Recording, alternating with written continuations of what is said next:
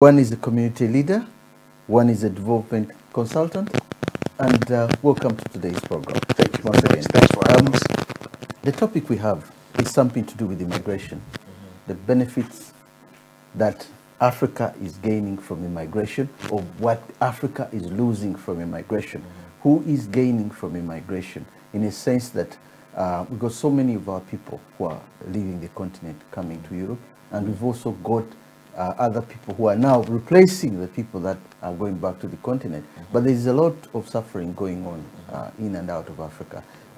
Those who have come in are not getting the best of the deals, and those who are back home are also not getting the best deal, although there is money that's going back to the continent. But the key thing I'm looking at in today's program is who is really benefiting from the migration? Is Africa benefiting anything from migration? Because in the next 20 years or so, we may say the brain drain. A lot of these people may want to come back home and help in the development with their learning, and they learn, and in maybe 20 to 30 years' time, the Africans will benefit from, the African continent might benefit from those who came to study, those who came to work here and want to go back home. But the numbers may be less, but there are numbers going back. There's money also going back to Africa in terms of reparations, and you know, people are sending money home because of, you know, the various relatives that they have, and others are building houses. That's the benefit. But is there any other benefits Africa is gaining from these mass migrations? Well, it depends on how you want to define it. Yeah. Look at this issue. It's not about gain or loss. Yeah. The human capital resource of any nation is their biggest asset. Yeah. Yeah. And the circumstances that bring about people moving from one location to another is a different issue altogether. Because if these are largely economic driven, then that speaks of something wrong. Okay. In managing the welfare and the numbers of the people in a given geographical location. Okay. Okay. And we're talking about this constant movement, drift from Africa to elsewhere. Yeah, yeah.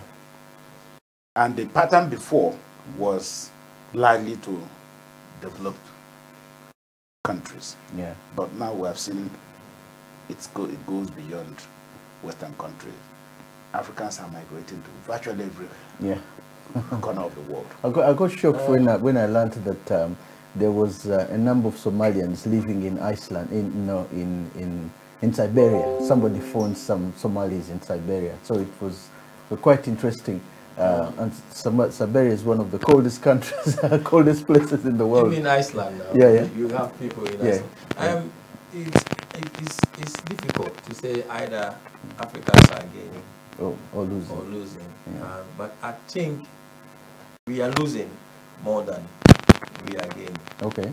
Okay. You know, in terms of looking at that, or the way our young people are dying trying to seek to cross the Atlantic and so on. And mostly people are leaving and not coming back and forming families where skills are leaving the country. You know, the number of skills that are leaving there, making it difficult for us, you know, as a country to function. I mean, you see the top doctors around, the top skills, IT in particular, in other areas, are all leaving, they are all migrated out of there. People finish university and they want to look for master's degree. So the issue is that this is, I think, is also affecting us in terms of the way our country is run.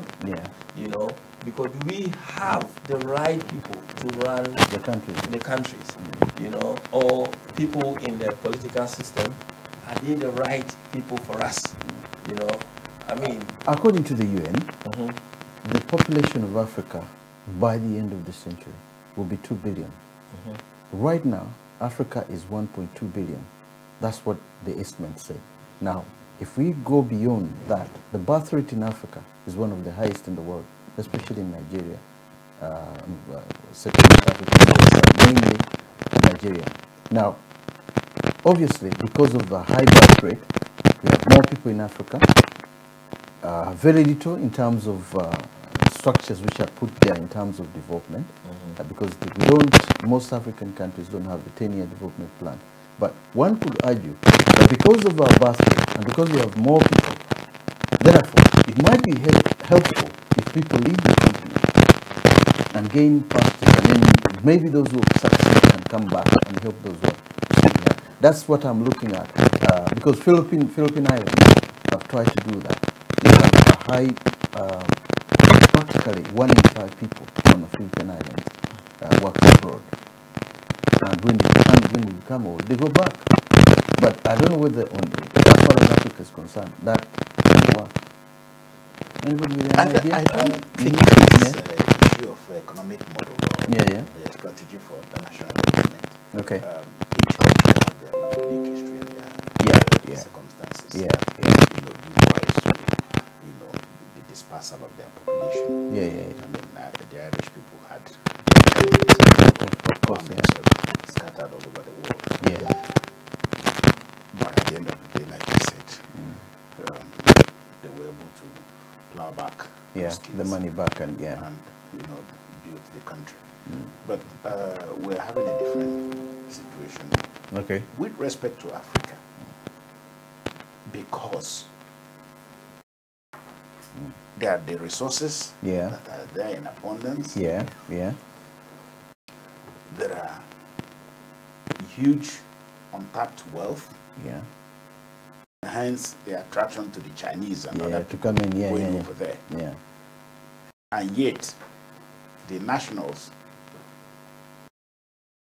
especially the youth, are not tapped into that. are not engaged. Yeah. Hence, there's this mass exodus of people trying to live for greener pastures. Yeah. So it is down to failure of governance. I'm sorry to say, because when African governments take responsibility for managing the human and material resources that is there within, for them to harness it, because they hear of potential all the time, and they're developing them. For how long? We've seen the emerging economies of Asia. Yeah. The tigers, they're called economic tigers. Exactly. Yeah. Because you've got to take the bull by the horn. Yeah. And halt the drift. Yeah. And if you're able to halt this drift, then that is when you now begin to say a national rebirth. You begin to see that you begin to, engage all the strategic elements that should make a country work. Okay. And then you now see the country begin to take control. Yeah. Because we are talking about working to get a country to be self-reliant. Even if it's not self-sufficient, but self-reliant, that they can be able to rely on themselves. Yeah. Feed themselves. Yeah. You talk about food self-sufficiency. So this is where also you see another aspect of the issues bordering on international politics, whereby people are pursuing various foreign policies that are adverse to the development of most African countries. And their leaders are not sensitive to these issues. And that is also another challenge that we have to look into. I think Go ahead, the government is to do with it as well. And I agree with the government part in terms of the African government failure to work together. Okay. To address issues about migration and where is our speciality. The thing we're talking about, the Filipinos. They train various kind of skills to support them through the government. Okay. So with us, do we have any specialists areas that we are kind of training people? What sales of services are we offering? Let us look at India, for example. Okay.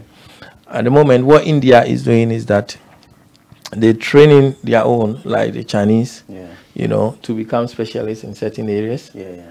And then if even you get employed through the government to go to abroad. Yeah. You know, and then you bring the skills back, Yeah. you know, to your country to help. With us, it's done by individuals. So when individuals do it, then they're more likely. I mean, I have a friend who, a professor, for example, who have studied, you know, went to school, went everything in Ghana, you know, then from Ghana came here. Then where did he go? Did they go back to Ghana? No, they went to America. Yeah. You know, to seek for pastor's grade there. Yeah, yeah. So what is making us do that? What could encourage us? Because now this globalization is going around. Yeah. You know, businesses are expanding everywhere. Look in Ghana, for instance, the roads that are happening there now. Who are doing them? Who are our civil engineers? That's it. Company. So how do we train Yeah. our own to be able to kind of sustain us, have the necessary skills so that you get attracted? I mean, if you call your bank now, Yeah, yeah. if you call your bank, do you know that sometimes you are talking to people abroad? Of course, of course. So this Filipino concept is working. Yeah, it is. Do we have that? Can I come in? Can I come in here with the late Kofi Annan, the former Secretary General of United Nations, once says that the problem with Africa is to do with the education, and he says that when you educate the mind, even Bobby Marley once said that Bob Marley, he sang a song and he mentioned it. The two, I don't even think they met each other or even knew each other. But the whole concept is that our education structure is centered on what the British left behind nearly 40 years when they left Africa. I can speak in terms of Uganda or even in Kenya and Tanzania. This educational structure they left behind, you know, varies towards not the nation as such, but varies towards individualism. Whereas they've changed already here. It varies when somebody's in university here. Companies even come to universities to try and employ students before they even get graduate. They even, what I learned is that they even paid professors some money to look for brighter students that might go to these engineering companies and so on, so that they are taken in as apprenticeships. We don't have that in Africa. We don't. Now, like Kofi Annan said, is it due to our training, due to the fact that the top people, somewhere our education structure need to change so that it bends towards Africa, whereby even if you're given money to go to to America, for example, there's that feeling that, listen, I'm a Ghanaian, I'm a Ugandan, and regardless of how much money they're going to give me over there, I think I belong here. I need to do something here. I hope you get my point. Yes, I get your point, and it's a very good point. Yeah. The issue is, I think, bordering on a curriculum that embraces training that should encourage patriotism and look inward to draw in the best from within.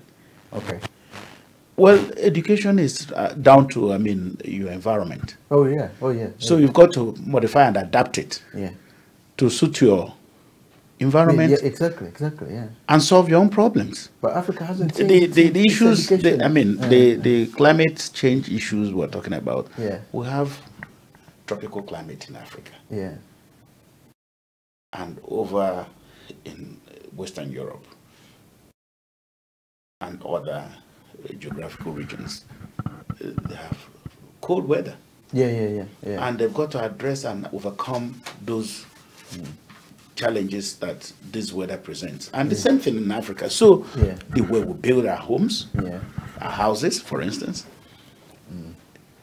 the way we run our national services, should be geared towards lifting our own people. From our own perspective, because I think one of the African leaders talked about Africa solution for Africa problems and how we evolve it. Yes, again, down to education you talked about, the kind of curriculum that we drop. And I think in West Africa, we had a common curriculum for the West African School Certificate. Because to be able to work strategically in each of the countries. The sub-region. The you understand? To have, a clear benchmark of how they can progress their manpower development. We had that in East Africa as well. You see?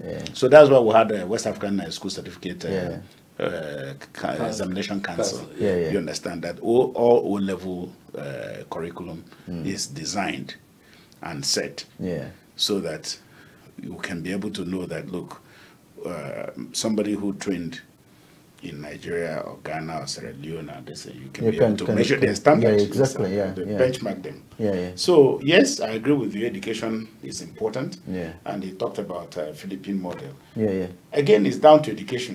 Because when you outsource, you have to have that educated population, whereby if you make that phone call, somebody, instead of leaving India to find a job in America, stays in India, and the companies in America pays that person, and they remain in India, and because they're educated, because they have education and the right tools, they can navigate you around Europe, and even like the TomTom you're using. Sometimes, or even some companies you're calling over from London, probably the call centers are somewhere. In India. But you've got to have that local population educated and have the capacity to be able to function globally.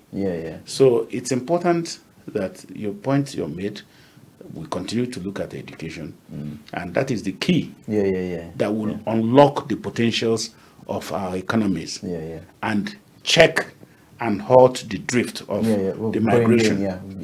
I agree with that.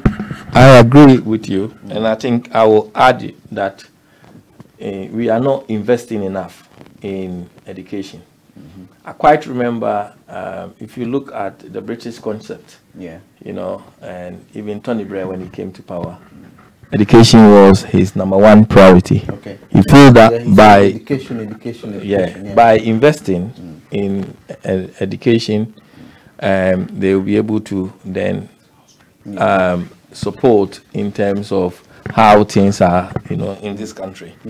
The whole issue is that we, as African continent, or as a community, I would say in Ghana, what we have done is that we have not invested enough in education. And our method of learning, I think, is very kind of old-fashioned, the same concept. Most people are leaving universities in Africa whereby they are still online. They're not able to, the standard is not to understand how do government change. You go back to the government. How do government change in terms of supporting the people to learn, be able to leave university, and also how do we, this is an area where we lack. How do we kind of search to understand that we are able to, our degrees are being accepted? Is it not sad that one will go to medical school for 5 years and finish, and when they are in here, they will be taken as a nurse? But the person who study in India come here and can practice, maybe, or medicine. But, all you need to do is learn the language properly. What I feel we need to do is that the government, one, need to invest more. Two, encourages things that promote learning, so that in the environment that we live, the allegiance to the country, like what you were saying, being patriotic, people be more patriotic, because if you live in the UK, those who've been in America, people want to work for the country. They want to make a difference. How do we get our people to be determined to make a difference? At the moment, if you go to Ghana, for example, you go to ministries, lunchtime. After lunch, everybody's gone. They're gone, or they're drunk. So how do you get people to work? The mentality is very poor. And I think this is an area where we need to look at if we want to improve the standard of education, like Kofi Annan was saying, and for us to kind of, in the 21st century, bring the best Bring the best lecturers, the best people to the country who can make, because listen, I tell you something. The Caribbean, they use Paul Condon when he was a commissioner of police. They used him when he retired to train the police there. And then after training them, then what did he do? He left the country. But he went there to train them to be able to do it. So then it became a first class police force. You know, how do we kind of help our young people to be creative so that they'll be able to be self-sufficient, they'll be able to do things ourselves? You know, how many years have we been, our export is, our import is more than our export. Yes, still we have the best, so many resources in our country. And it's an area that we need to look at. I'm not sure if you have anything. And I think the best option we should look at is when we talk about education, we should also talk about what kind of education.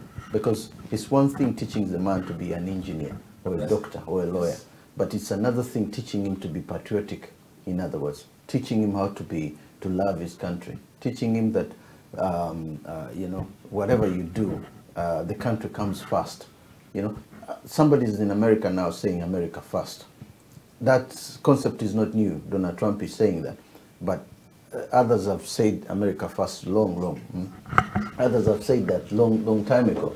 America first, America. You know, he's bringing back the concept of America first, in a sense that whatever we do, whatever we learn, whatever we got, other people have taken advantage over America. The Chinese have taken advantage of America and have grown bigger. The Europe is now taking advantage of America in terms of protection. He's looking at NATO. America spends more money protecting Europe than it's protecting America itself. So he's looking at the concept of America first. And Africa, if they were clever, would listen and say, hey, why can't we say Africa first as well? So the biggest problem, as we are all saying about education, is that we're not educated to love the country. But we're educated. We're educated. I can tell you that a young our resources. Not only that, not only to use our resources, not only to use our resources. Make good use of our resources. The key thing is you need first of all to love the country first, because if you are taught to love the country, it's just like you're taught in a family to love your father, to respect your father, to respect your mother, to respect your elders. You're taught that by the clans, and you know how the clans move on. You're taught that. Now in school, you're told about America, you're told about Canada, but then you're not taught that, hey, once you've made it out of school and you're a successful businessman, you can employ other people. You can do this. You can start your own business. You can live, you know. That sort of training is missing. That's the one I'm saying. That's the education. I think what you're talking about is, on one hand, you're talking about entrepreneurship. On the other hand, you're talking about orientation, national orientation. Okay. You understand? Okay. To promote that orientation of a national identity of respective African countries, so that, and again, this starts with the socialization processes. You understand? You've got to have the right mental frame. The right leadership that should send that kind of messages. What you have with America and Trump is slogan. It's about slogan. America first and all that. We all have connection to our roots, that we want to see Africa work. You follow?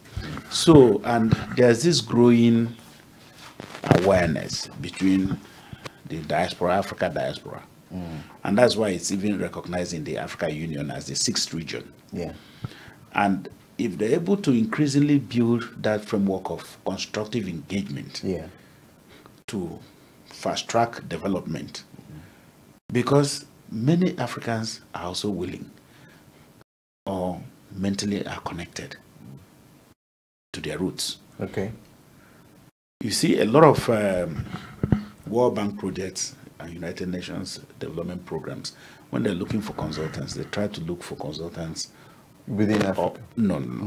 Of origins of those particular places where they're citing those project to use the opportunity and move them to those locations as a strategy to see how to connect them back.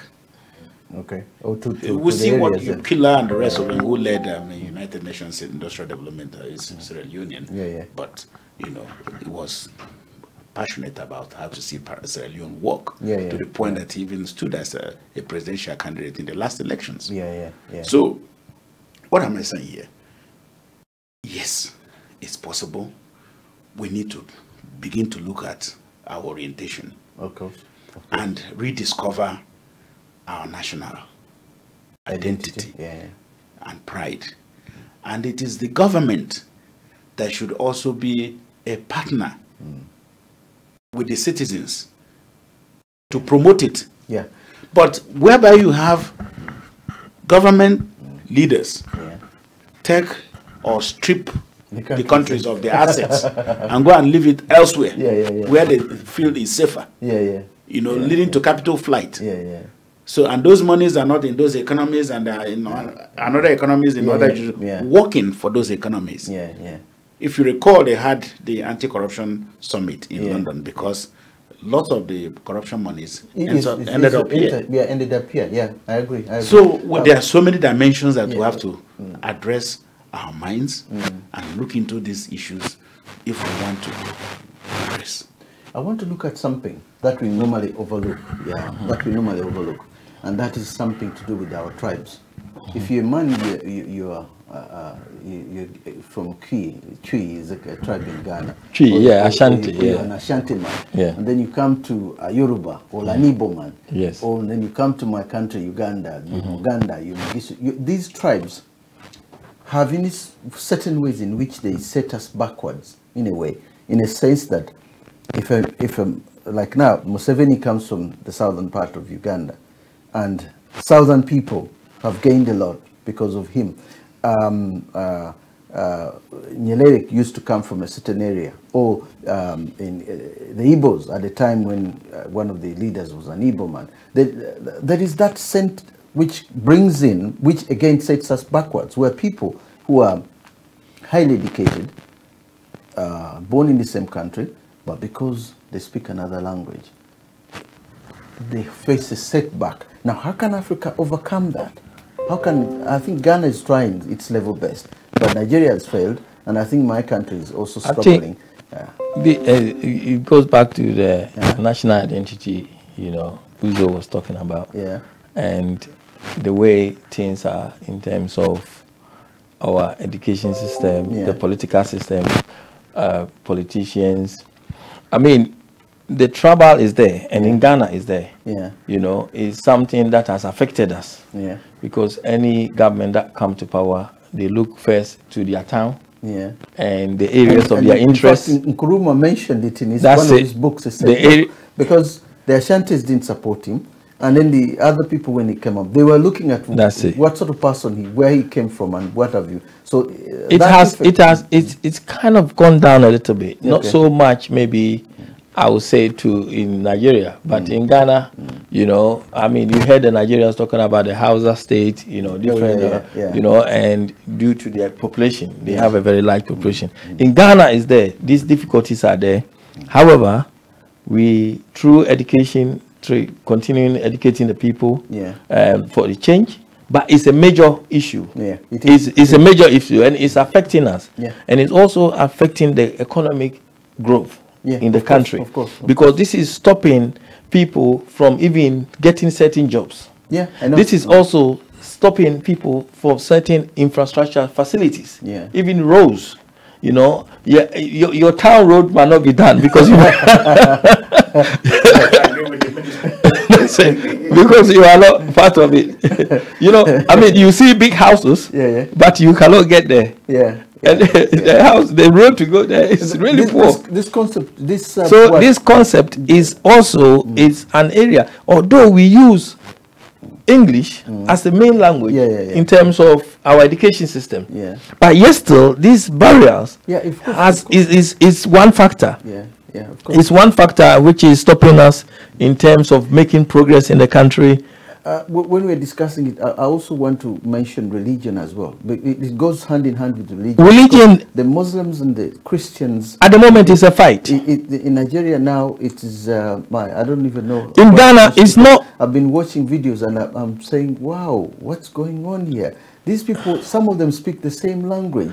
Well, it is a tool of control. Yes. When you talk about religion, tribe, Yes. and all the rest of it, the important thing is that every country wants progress, prosperity. How do we prosper?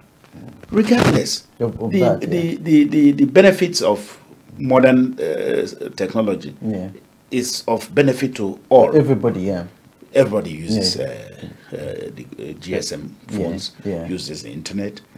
It's not going to ask you about your tribe. No. Whoever. I mean, so the orthodox mind clings to letters. And as long as these primordial cleavages of narrow interests, so people play at it, politicians. You understand? And it helps them. It's a kind of divide and rule sort of process. Their base and all that, so that in Kenya, I was telling you about the crisis of the elections, where one tribe took to the streets.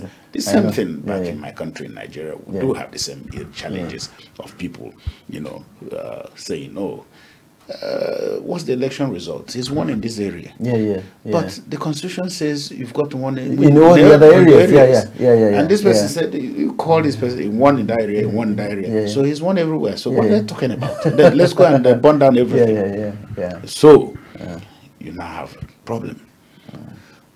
But as long as we're able, the same fundamental challenge of education to liberate the mind of our people, you understand? Where you have what brought about the issue that we're having in the northeast of Nigeria about the Boko Haram it's because some group of people said Western education is sin. How can it be a sin? But they're using weapons. Who invented the weapons? These are product of Western education. Exactly. They are using modern communication tools. You understand? Western education is still a sin. How come? Do you follow? So, and we must have heard about how they went to take as much as 300 girls in the school, shut down the schools. So we have a problem. We need to address these issues within ourselves. These are conversations that are ongoing. And the interesting thing is that democracy has come about to say you may not get it right, but within the circle, if A fails, you go again, and then there's an opportunity to get them out. Not through the barrel of the guns, but through the votes. The votes, and the elections. So how far can we manage our electoral processes? We'll manage it reasonably to the extent that, look, we're not getting it right. In India, they had these kind of challenges. But it keeps being a learning curve. Better than when the military were intervening in the all the time, politics. with the military coups, So, in terms of how fast are we progressing, we're not. So a lot, and we will continue to use every opportunity as we are gathered here now having this conversation. You understand? To continue to advocate for good governance. In African countries, because that's what. If we do not, if we will continue to advocate at every opportunity, just as we're having this conversation here. Thank you. Now the generations that, because I'm looking at it from an angle now, whereby the next generation of Africans who are coming up, when slave trade took place almost 400 or 500 years ago, a lot of the entire people from West Africans were uprooted to America and so on. It took years for that place to get back to normal in West Africa. So, similar thing I'm seeing here. We may have migration. I'm coming back to the topic of migration, obviously. Internal migration in Africa is not bad. People tend to move from one end to another and they always go back.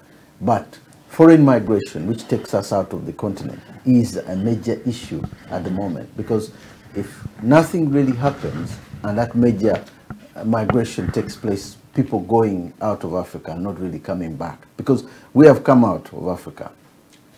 Will our children go back? The chances are. A little intervention there. Okay. We talked about the movement within Africa and the movement outside Africa. Yeah.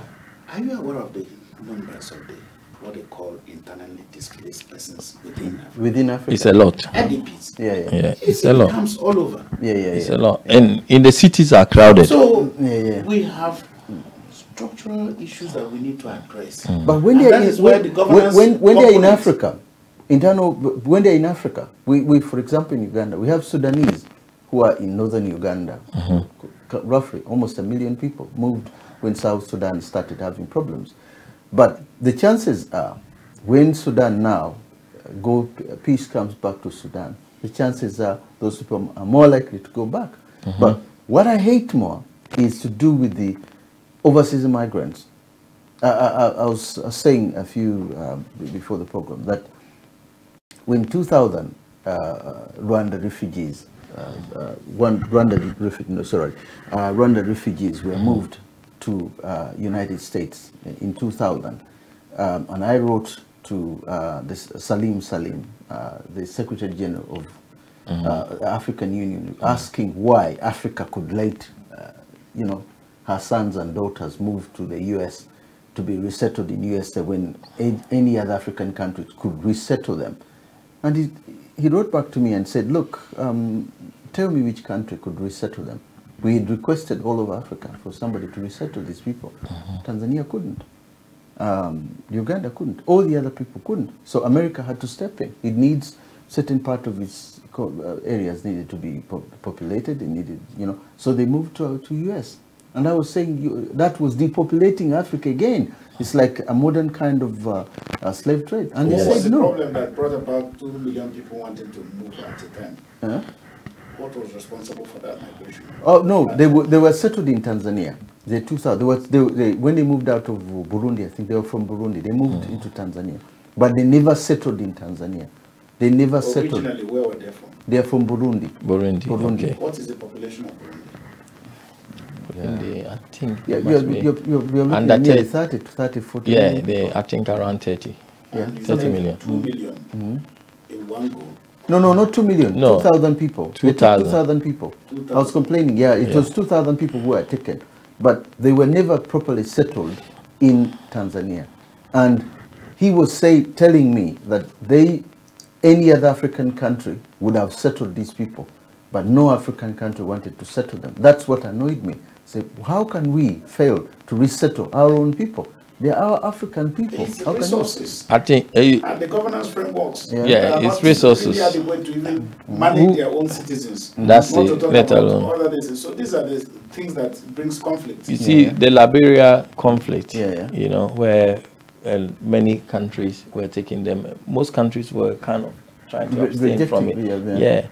And in Ghana, for instance, they were sleeping at the stadium. You can imagine, the government was struggling to contain them. So most countries will try to get themselves out of it. But going back to your question about why, we migrating to places during the slave trade, and you're seeing that the number of people going out. I mean, in the 21st century, most young people growing up now, they set up their mind that they want to leave Africa. But that mind setup that they want to leave Africa is because they see that there's nothing in there. That's it. They want to leave from the moment they are studying.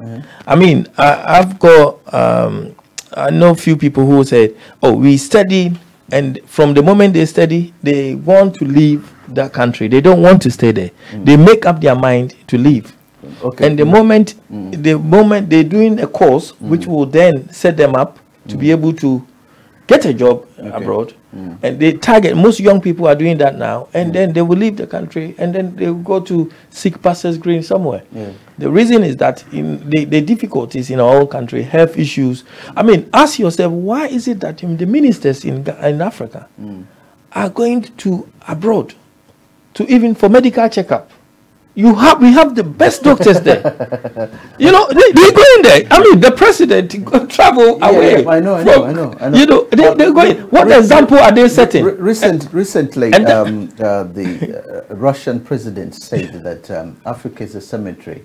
That thing has been going around, you know, on YouTube and on social media, saying that Africa is a cemetery. The leaders are banking money abroad. When they want to go shopping, they go into Paris, they go to where? You know, when they get sick, they go to London and so on. Then when they die, they're buried. That's it. You are not even educating your own children, whereas you are in Africa as a leader. Yeah. You know, you're not setting any example there. All your children are studying abroad.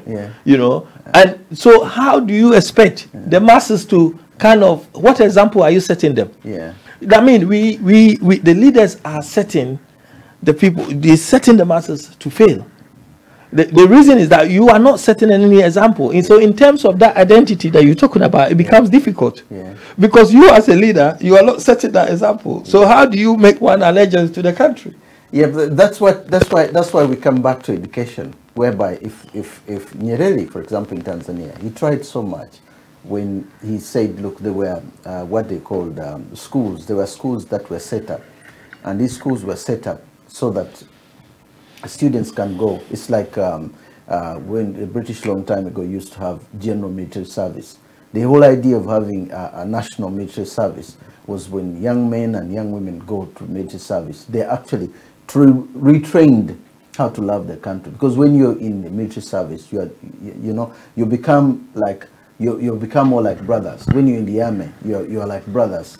You're fighting for the same. But it goes with the incentive. Remember that at the end of the day, when they finish that, they still have to leave. They will have a family to care for. Yeah, of course. They will have to leave. There will be no light where they live in. Water supply will be shortage there. Then the difficulties will start.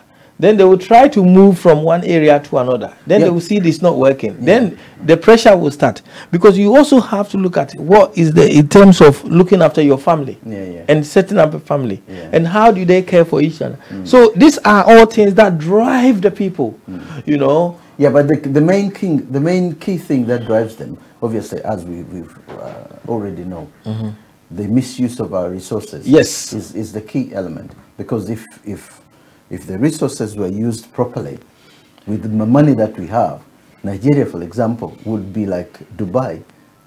We have the resources. Yeah, that's what I'm saying. But the terms were used properly. Because for example, one man taking 150 million or something like that. That's it. You know? Corruption. Corruption is at its peak. But so at the end of the day, the resources are not used I properly. also want to say or emphasize that we don't have people with the necessary skills.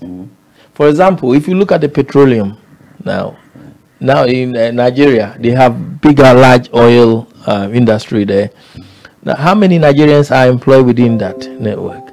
No, at the higher level. We're talking in managerial level. The same to the Ghana. You know. I think these are things that are trying to achieve through legislation. You know, putting what they call the local content as a priority in terms of giving. Taking the human resources into account, into good capacity base, train them so that you don't have to bring foreigners to come in and to do basic things like welding, fitting, and all that. And I think Ghana has learned from the Nigerian experience because a lot of mistakes were made in the but even the worst cases like Angola, you know, where the oil sector industry as the country is rich with resources and the people are so poor. So what happened with the North Sea oil? It's a very interesting model how the Scottish has fared with the North Sea oil, which has largely empowered the local community. Exactly. They follow. And they follow stringent compliance regime, but over in places like Nigeria, my country, Shell and some other places, don't bother with compliance. But then I can defend Shell there because it's not about defending because we know. Because let me give you an example. an example. I'm sorry to interrupt you. I read a report. This is way back, I think, in 2001, when Shell was being asked questions in regards to when they first went to Nigeria. One of the blueprints that they had was that, say, we're going to build schools, we're going to build a housing estate where these people, this oil company, where people are getting oil. We're going to have roads in those areas, and we're going to have a hospital in areas in the Niger Delta area. We are going to make all these places. We are going to develop this area. But what we want, instead of giving this amount of taxes to us, this is what we want, so that most of the money, most of the things will be built by us in those areas. Now, the Nigerian government at the time said, no, you pay up for our taxes, we shall build those stuff. But 40 years down the road, they haven't done that. And in fact, the man who forced that out was the late Kenny Salawiwa, because he forced them to give out this. So when you're blaming, you say you're defending Shell. I don't think you don't really understand the qualities of the issues, because look, businesses are about looking for advantages and opportunities. Yeah. You understand? Yeah. And if you go to areas where the regulations are lax and there are no compliance, you understand? Naturally, people want where they will flout regulations and get away with it. Okay, of course, So, I mean, there's no question of saying no, because, of course, a business person doesn't come for morals, because he's looking for profit. You understand? The reason why I'm saying that, if you understand this, then you now. They didn't deny it, because again, what government are we talking about? What, the democratic government or some military guys? So I mean, you said government and you talk about, so we know the issues. Otherwise, you wouldn't have had the rise of militancy. Of course, in those regions. Are you with me? Yeah, I'm with you. I'm with you. Those issues has always generated tension. Of course. If you look at the case of the pirates in Somalia, because of lack of regulation, so they disrupted maritime activities across the sea routes around the area, and that was the source of revenue for the Al-Shabaab. That is causing a lot of disruptions around that region. So the politics of the challenges that we're having, that is why we're trying to say at every point in time, we must continue to advocate for good governance and accountability. But then the question, we have the resources. My question is that you know, most people are saying that in Africa, you know, the sort of leaders, the quality of leaders that we have, and also in terms of heading institutions, ministers, is not the type that have, because are they the best that we have there? You know, we're struggling with them, you know, in terms of decision making, and we don't see any change. You know, I mean, I've not seen any change, you know, since Nkrumah time up to now. You know, you go to Nigeria, it's the same. You know, we're not making any progress. So we talk about good governance. So where do you want this good governance from, apart from educating the people and also encouraging different caliber of people to go into politics? It seems that not many people who are academic minded, you know, who are more willing to go into politics. Many of them, because politics, many see it as a deadly business in Africa, you know, and not many people who are more academic wants to be there. So how do we get the best from the best? I mean, in this country, we're talking about ministers going to the best universities.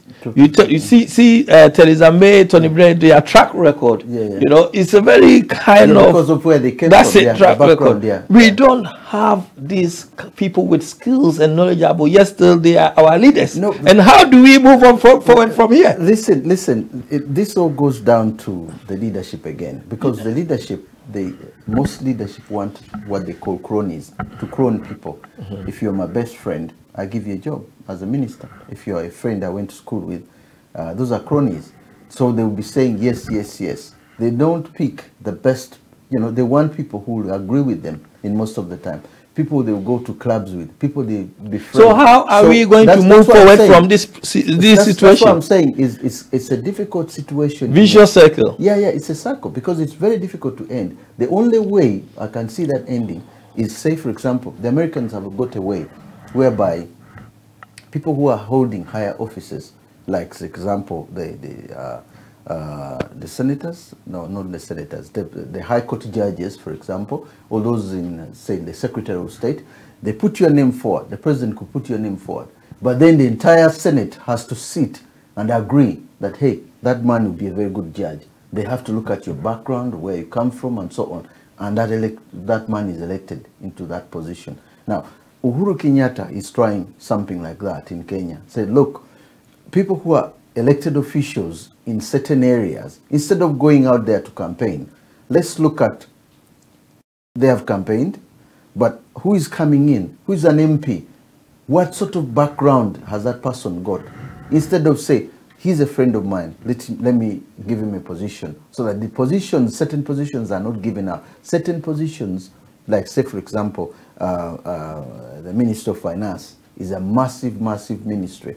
We'll probably need somebody who is not connected to the president or anyone else, who is even the opposition. So we need constitution change in terms of policy that family members cannot be. Because the Secretary of State, for example, in America, is not the president gives his name out, and all the opposition, the Democrats and Republicans, have to agree. If they don't agree that the man is the best, the president withdraws that person. A High Court judge or these judges who are on top level, they has to sit there. He's interviewed, and everybody has to agree. The two leaders, the leadership from the Republican, the Democrats have to agree, because he's going to work in the national interest. You know, they have to agree. Can I come in here, Steve? Yeah. What you're trying to, I see the maybe point that can help Africa. What you're trying to say is based on the principles of checks and balances. Exactly. Yeah. And there are differences between elective offices and appointive offices. Yeah. You go and stand the election and you win election. Yeah. You give appointments to those who donated money to the party. So what you're telling me in America that who are the people who becomes ambassadors in America? That the people who donate money. How did the Kennedys become ambassadors to the UK? Because they were the big donors. Likewise here, of course. But they are accountable. Because hold on, what I'm trying to say is this: yes, that's what you talk about is patronage. Patronage. Yeah. What is politics? Yeah. Let us understand what politics. David Hastings gave a simple definition that it is authoritative allocation of values. Who gets what, when, and how. That is the basic, definition of politics. You understand? Those scarce resources, who should determine who should have it at where, when, and how? That's, that is what the struggle of for the lucre of the treasury of the state. So of course you don't go and get your opposition person to run your finances. You can't do it. Do you give your money to somebody who you are always antagonizing you and to look after your post? It doesn't work that way. Naturally, you have to bring your own cronies because you have your policies, which you have gone to say to the people who do X, Y, Z if we win. If you trust us and give us the vote. So naturally, he will choose his team. The American president, when he wins election, chooses his cabinet. Those are those secretaries you're talking about, and give it to who? The Congress, the Parliament. For legitimacy, because they have to say there is no representation, there's no taxation without representation, because you're going to draw the resources to remunerate these people from the resources of the Commonwealth. So they will have to have a say. Again, we now talk about consensus.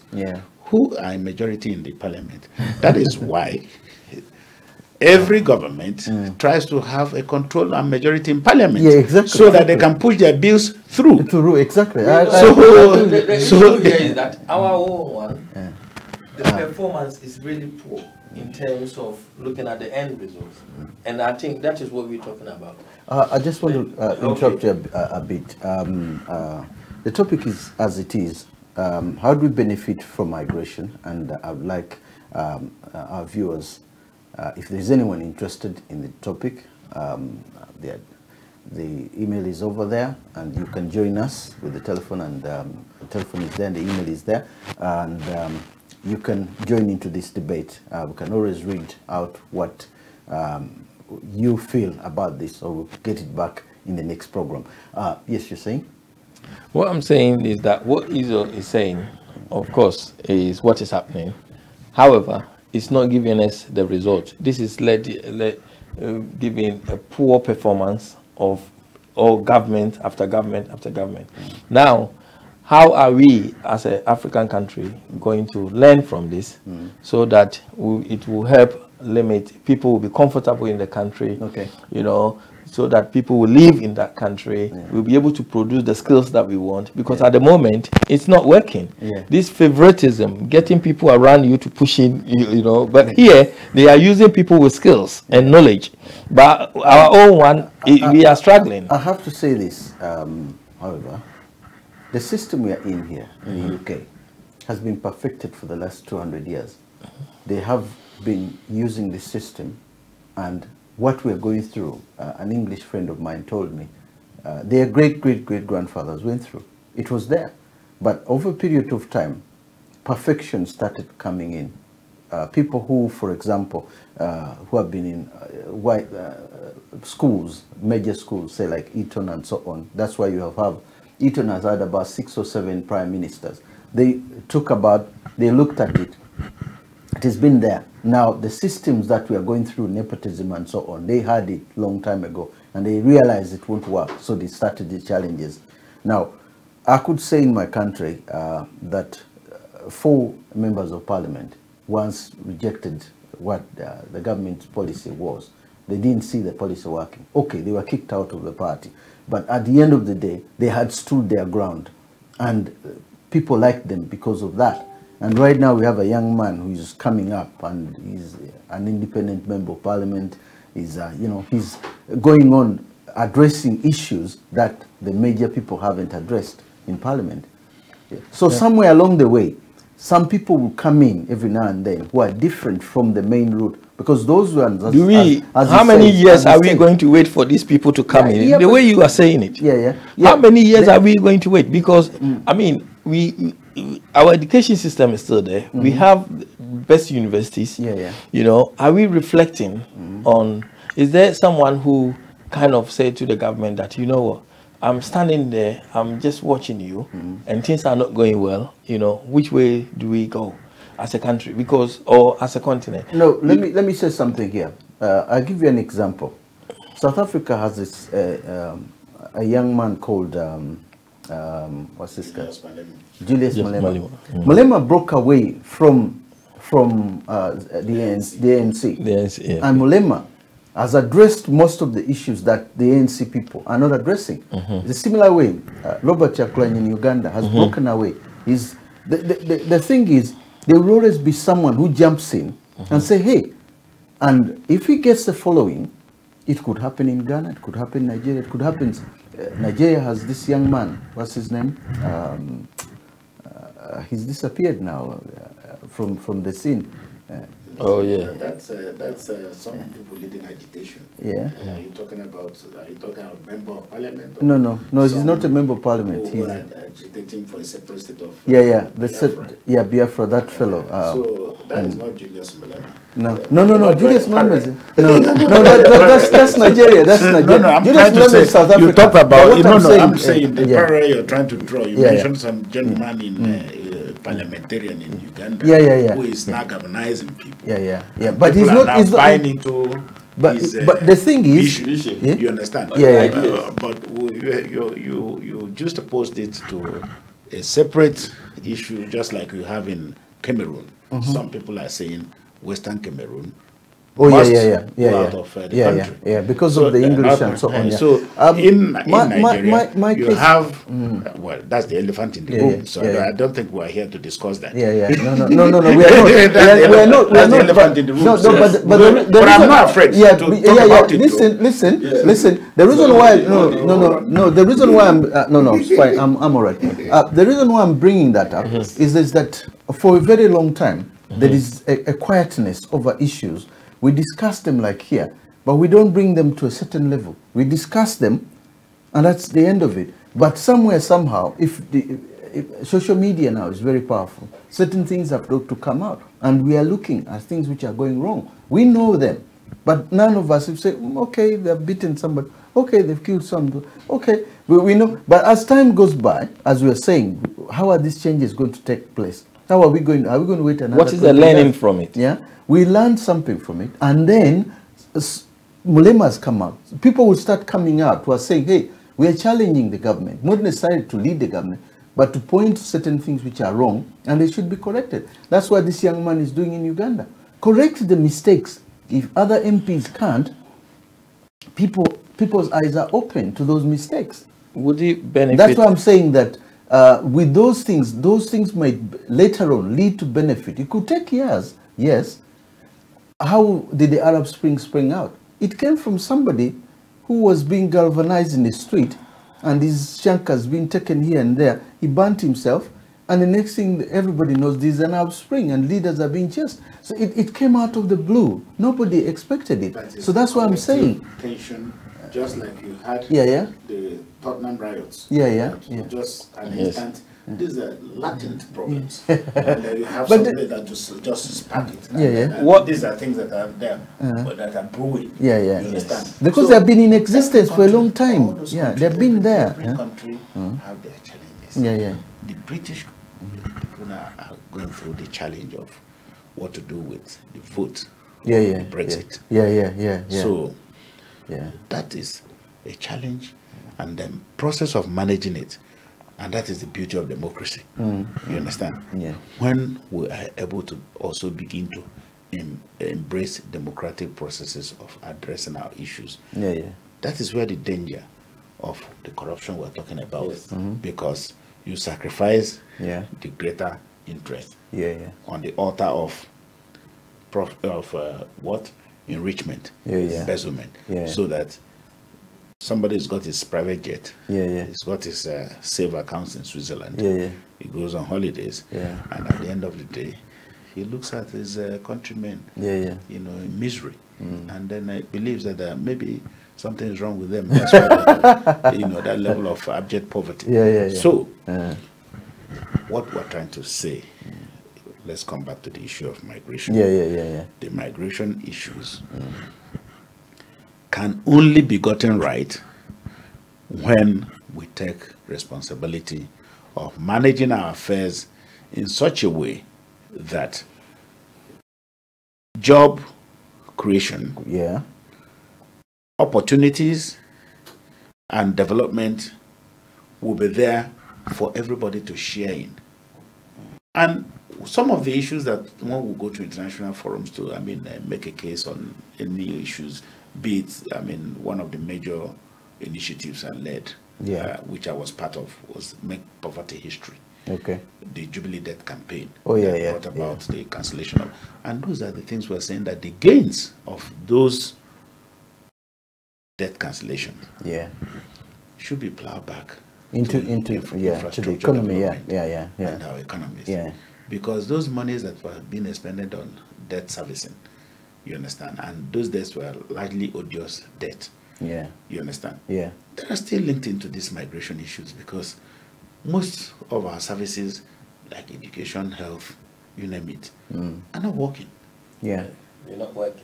And people have lost hope and faith. And one of the things that is responsible for when a state is failed state is because when people challenge legitimate state authority and invite them into open contest, like you have the Boko Haram, like you have the El Shababs, or like you have the case in southern western Cameroon, or in some part of the eastern part of Nigeria.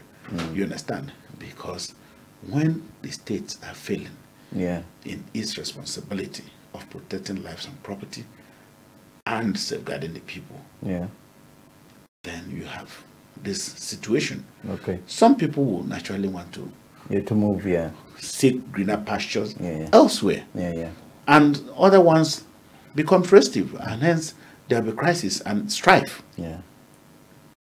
One of the ways we can overcome these issues of migration is that, in terms of even the trade agreements which we are having, the economic partnership agreements, in terms of trade, favorable, this thing, why do we have to take whole raw materials from Africa send it over here, and becomes finished goods, goes over there, and then goes back here. So that the value chain is lost. We can be able to create that employment. So we're saying in this kind of conversations that we're having in world economic trade rounds, that look, we should negotiate favorable terms of trade. Whereby, rather than make a fortress Europe and all these monies that are talking about building the borders and all that, do us a fair deal. That is what we're talking about. People, the farmers, should have the ultimate benefit of their products without being exploited. I want to come back to Ghana. There is an issue in Ghana which was in one of the European papers, whereby cocoa is grown in Ghana. Yes. Very good. And cocoa, obviously, Europe is buying a lot of cocoa in Ghana. Now, the Ghanaian farmers used to receive a lot of money from EU to go to Ghana to assist them. Now, part of the money used to disappear. Yes. And it's still disappearing. No, now what happened is that the Ghanaians, the farmers themselves, formed the union. That union dealt directly with the cocoa buyers here in EU. And it's bypassing the government in a sense that now, when they go to Ghana to get cocoa, the government only gets its share of taxes, but the money goes directly to the farmers, because the European Union, instead of giving money to the government, is going directly to the farmers in Ghana.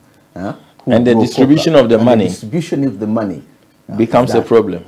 But at the end of the day, the key thing is that the European Union is dealing directly with the representatives of the farmers. Yes. Because those are the people dealing with it.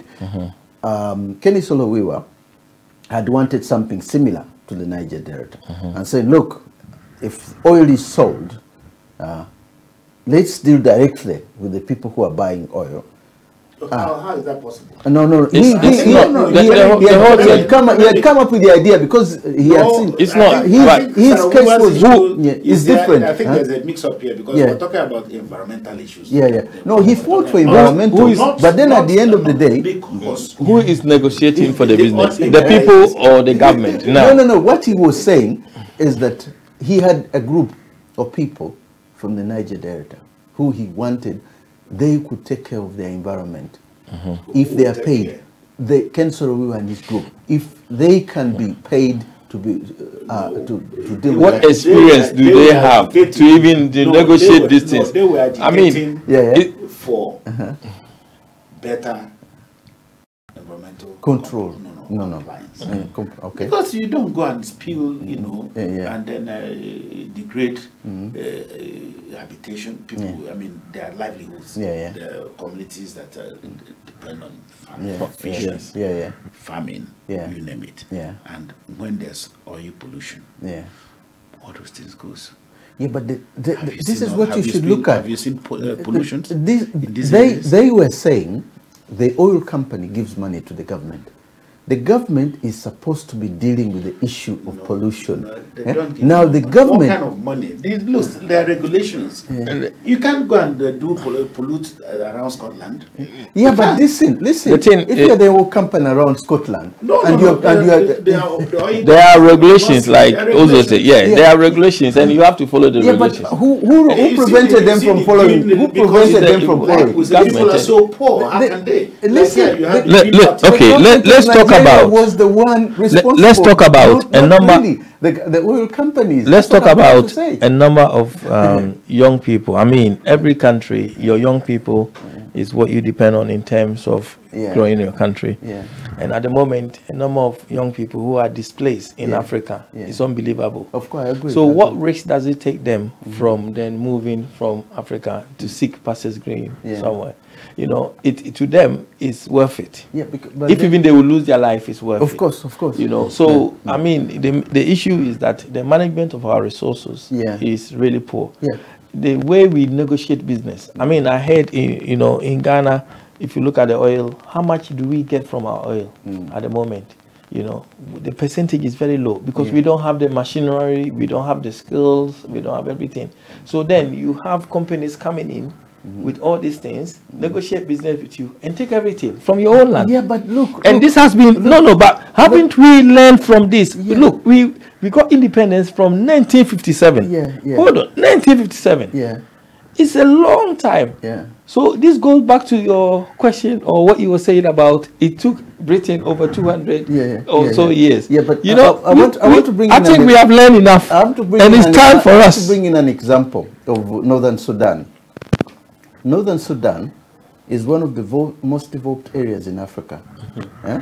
It is almost like Sudan. The city of Khartoum is almost like Dubai, and most of the things which are built in Northern Sudan were not actually built by the Northern Sudanese themselves.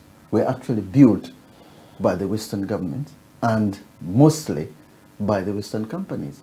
Now, when you go to Dubai, if you look at the building and everything which is in Dubai, and you go to Kuwait, most of the companies that are operating and building those cities, that especially Dubai now, most of the British architectures and so on, you can read about Dubai. You're going to find 100% of the people who are building the construction companies are all based here. Why are they based here? Why are they in Dubai? Because they were paid to go and do this work in Dubai, and because of the management, because of the oil which it comes from those countries. Now, Southern Sudan, Northern Sudan is the same thing. Now, Southern Sudan has oil. A similar thing was laid at the table of the leaders of Southern Sudan and told, listen, we are willing to do A, B, C, D. But still they are saying, hang on a minute, no, you give us the money. Don't worry, we'll do it. That's why I'm saying that it comes back to us. You can't say these things in the West. You can't say these things in the West. And also, even what is sad is that, you know, what is sad is that now, even though the government is saying, oh, we give free education, you know, however, we are still struggling because, you know, the children don't have anything. People are struggling. People are really struggling. So unless something is done drastically in terms of our mindset, in terms of our thinking, in terms of government having policies which discourage people from traveling and going abroad, you know, I don't think we're going to get anywhere with this. Because now, I mean, our children who comes to Europe, goes to various places around the world, many are not going back. They form a different identity there. So these are, and then they can't, you know what, people are producing, people have, we have surgeons, we have doctors, we have engineers, you know, but they all over around the world. And they're not there. And they don't have any plans to go. Some even don't want to go. So they don't want to go. So now the difficulty for us is that the government also don't have, African governments don't have any plans in place in terms of encouraging people, you know, with incentive to encourage people to go back. You know, what do we have? I just want to let everybody know who's viewing us that it's a very interesting debate. It's not a very easy debate, obviously, and we find very few answers, although there are answers left and right, but how to reach them and how to succeed and whether there's a benefit that Africa is benefiting or not. Everybody can form their own view as far as this is concerned, but it is not something that it's going to be easy, because it's going to take, as far as we see, Africa quite a very, very long time to achieve this kind of achievement in terms of keeping its people back at home, and to achieve such a great length in terms of development, because these are the people, especially those who are highly educated, who could really mean quite a lot in terms of human resources that the continent needs. So your contribution to this debate is always welcome. You can go on our Facebook account and put down your opinion. We will always be interested in knowing what you think or feel about this, and the ideas themselves, because it's through ideas that we develop. If we don't put our ideas out there, if we don't put our ideas out in the open, sometimes we get nowhere. We don't need to really keep these ideas to ourselves. It's fascinating because there is a benefit and there is there's a benefit in the terms of we educate more people. They go abroad. Out of maybe 100 who go, 20 come back. The rest remain. The rest remain. And then, of course, we have. But in terms of generations that will come, maybe with the West already cutting its borders now and saying, look, skilled migrant, yes, we want, but as far as we go, maybe there will be more doctors in Europe eventually, and Europe says, no, we don't want any more doctors or engineers. Then those people will have nowhere to go, and they will have to come back to Africa.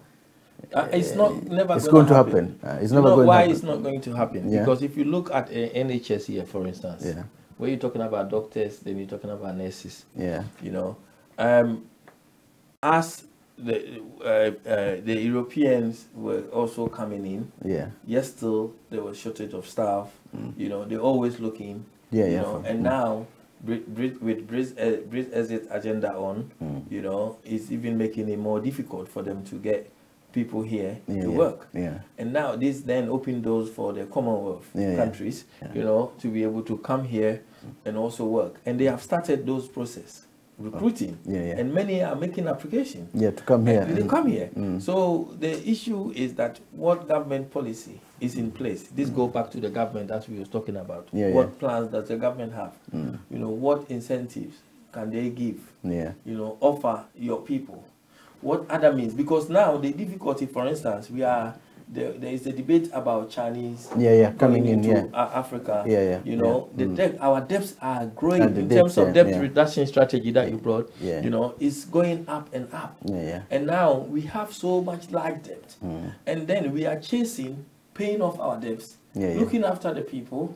You know, how do we manage all these things? I think it's becoming very, very difficult, and I think that the government they're losing it in every area. That we need that kind of support. They need to look and reflect back and think back that we have been failing all these years, and why are we still keep on failing? My biggest worry at the moment is that as I said at the beginning of the program, the population of Africa by the end of this century will be 2 billion people. Now, that will be putting a lot of pressure on the resources we have already in Africa. Now, by estimates, if we start, for example, reducing the number of people, the birth rate that we have, then that will be very helpful in terms of planning for the next generation that is coming up. Because if we continue with this birth rate, 2 billion people, the continent, that will mean more people will move in the cities. There will be very little agricultural lands. There will be a lot of pressure be put on, you know, places where like the national parks and so on for food to be grown in Africa, and so on and so forth. So again, migration could be beneficial there if people move.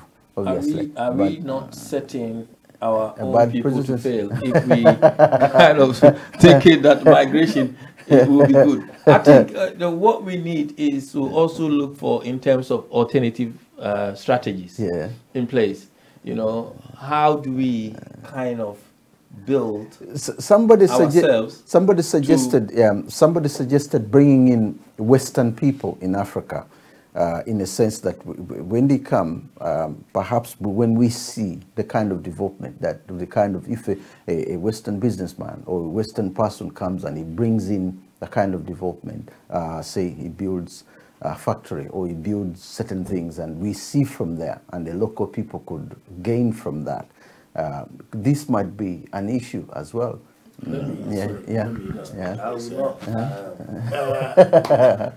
Investments are not done on a benevolent basis. They are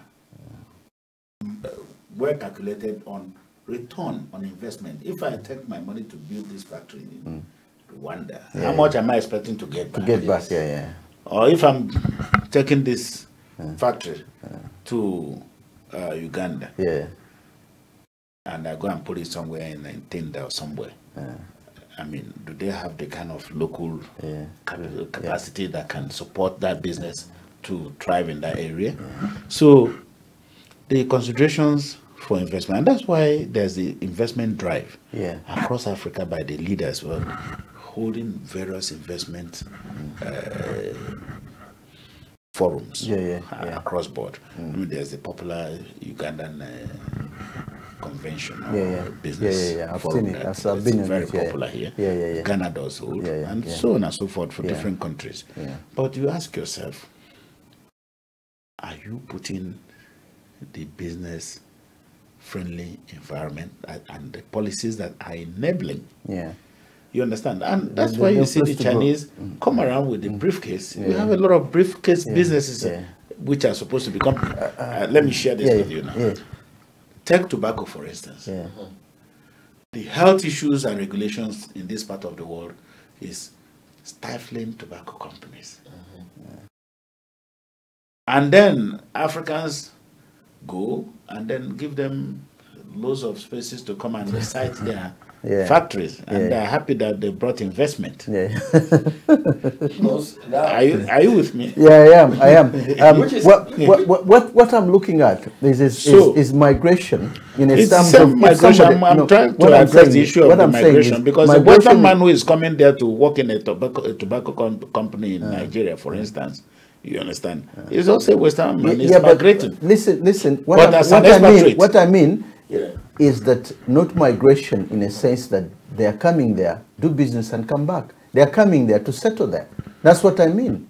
Well, they're coming to settle in Africa. I've got an American man. When you're talking about migration, you're talking about people moving across borders for greener pasture. I know.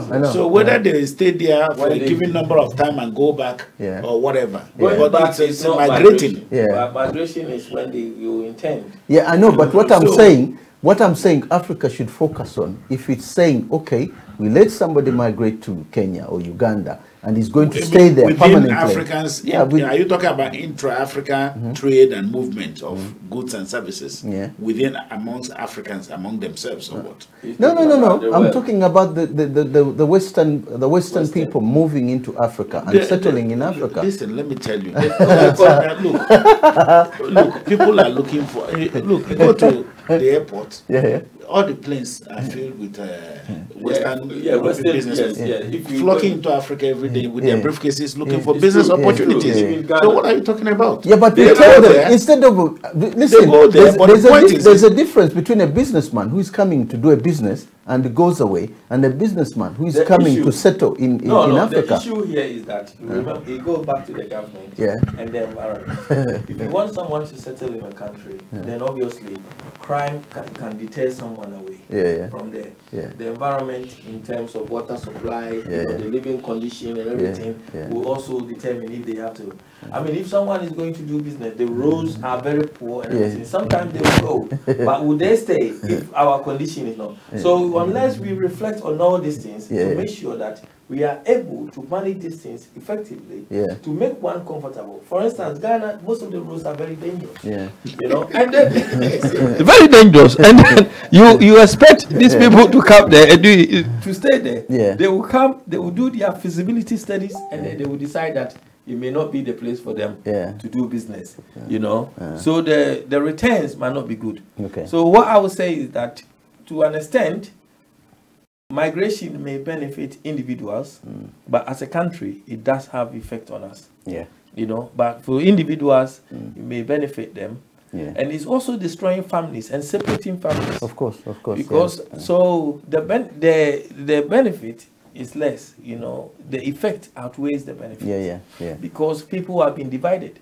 Some people have been here, their children have been here, children, they have no contact with their family members. It's a big loss. So the values of life is gone. So in conclusion, it's Africa hasn't benefited from it, and it won't benefit from it in years to come. As a continent, we have not benefited from it. Has actually affected us. Because our best skills, people with knowledge, skills, creativity, have left the continent. And what the West are doing is that they're poaching these people. And they're still poaching them. But know, we can't keep on blaming the West. It's not the blame game. It's a discussion. But it's an issue. If you are offering someone with skills to come to your country, what are you trying to tell those who don't have? Obviously, they will be tempted to take that offer. Because we can and also now, do you know something? We can offer the West skills to come, those with Western skills. We cannot pay them. We cannot. You know what is happening? What is happening now in the Arab? The bridges and constructions that are going on in Africa. That's it. Mega projects. The engineers. Who's running them? Yeah. The difficulty now for us as a continent is that with the Arab countries are also offering good incentives to also poach all these people and take them away. No, they are poaching domestics. They are not looking for. They are. Let's get it right. Petroleum engineering, all these things, they are taking these people there. Doctors. Which doctors. No, hold on. Let's get it right here. Most of the people who are in UAE. That is what you look. Professionals who are in the Emirates. Lecturers are going there. Hold on. It was a language of instruction. You understand? Let's get this very clear. If you talk about, I mean, I saw some piece on domestic staff, you know, being taken to the Arab world. I understand that. Kenya, Tanzania. The governments have started preventing it now. It's the governments of Africa. So that's also another level of. But what talking about when you say, look, they are building the Neom city. Have you heard of the project? That is the biggest project in the world that's going on. They are trying to build something that will outclass Dubai. And that is to say, they want to build a new city carved out of which one is this? Saudi Arabia, Jordan, and Egypt. And build a road to run across the Red Sea and connect these three countries. Saudi Arabia, Jordan, and Egypt. You can, you know, Neom City. It's a 500 billion project. And it will run as green. As green, Complete. It will be a city that will outclass Dubai. And they're already setting the target of the first 3,000 people that should move into that city. Look at that population. So, and go and see that huge construction that is going on in that part of the world. What is African participation in it? We don't have the technology, we don't have the capacity. And then you now also go to the One Belt Road, the one that are building in China, to run all the way from Shanghai, connecting Pakistan and linking up to Iran. That's what the One Belt Road. One belt, Yes. That should connect China into Europe. It's massive. So, because overall, I think overall, what I want to say is that if you look from 1985 to 2011 coming up, immigrants who live in the UK, they endured what? The UK labor market with human capital that would have cost the UK government about 49 billion. Quite a lot they of were money. produced through the UK education system.